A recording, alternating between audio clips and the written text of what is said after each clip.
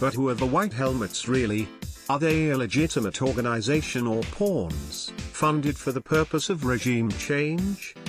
Let's give it a reality check you won't get anywhere else. Despite a recent US funding freeze for humanitarian aid for Syria, the US continues to fund the controversial group, known as White Helmets. The White Helmets claim to be a neutral entity in Syria.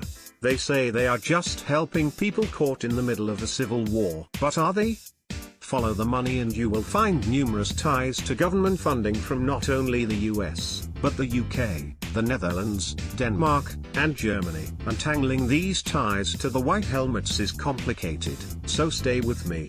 According to their website, the Syria Civil Defense, nicknamed the White Helmets, formed in late 2012 early 2013 as self-organized groups. Realizing they needed training, 20 Syrians went to Turkey back in March 2013 to learn from a former British Army officer named James Lemessurier.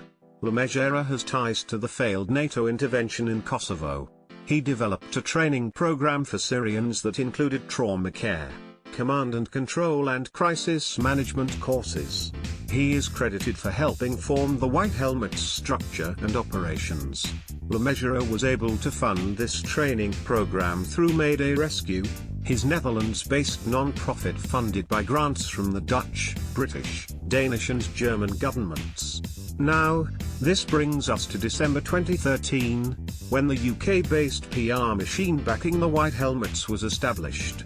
It's called the Voices Project, set up as a private limited company for public relations and communications activities. Part of the Voices Project's articles of incorporation state that the organization seeks to influence public opinion and influence governmental and other bodies and institutions regarding reform, legislation and regulation.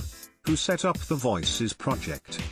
The first listed director on the Articles of Incorporation is Jeremy Heimans, the co-founder and CEO of the global PR platform Purpose and a co-founder of controversial online activist network Avaaz. Though Heimans stepped down from his position with the Voices Project in 2015, his connection to the project is worth noting. Here's why. In February 2014, New York-based Purpose listed a job posting for interns to help launch a new movement for Syria.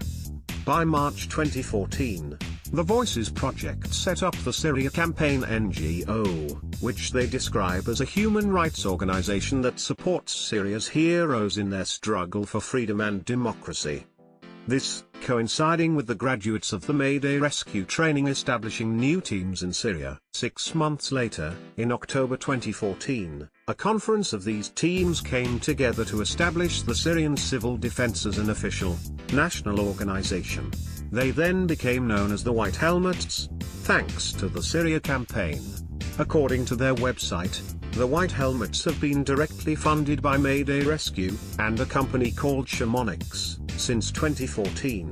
Yet there's evidence that both of those organizations started supporting the White Helmets back in early 2013, right around the time the White Helmets claim to have formed as self-organized groups. Mayday Rescue, as we said, is funded by the Dutch, British, Danish and German governments.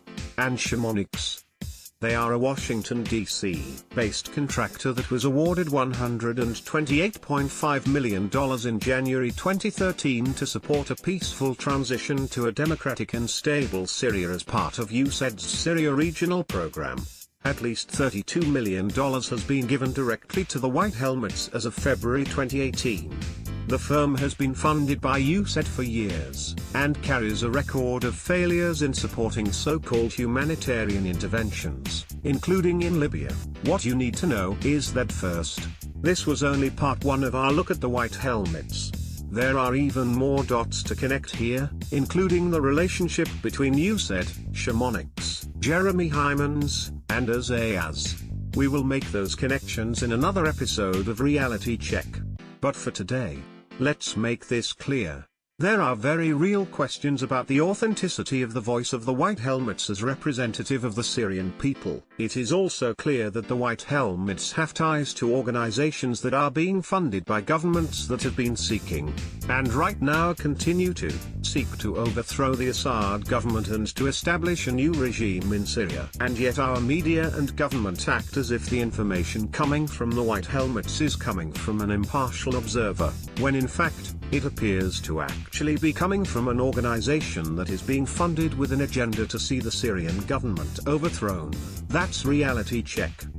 Let's talk about that right now on Facebook and Twitter. Latest Reality Check with Ben Swan, powered by Dash.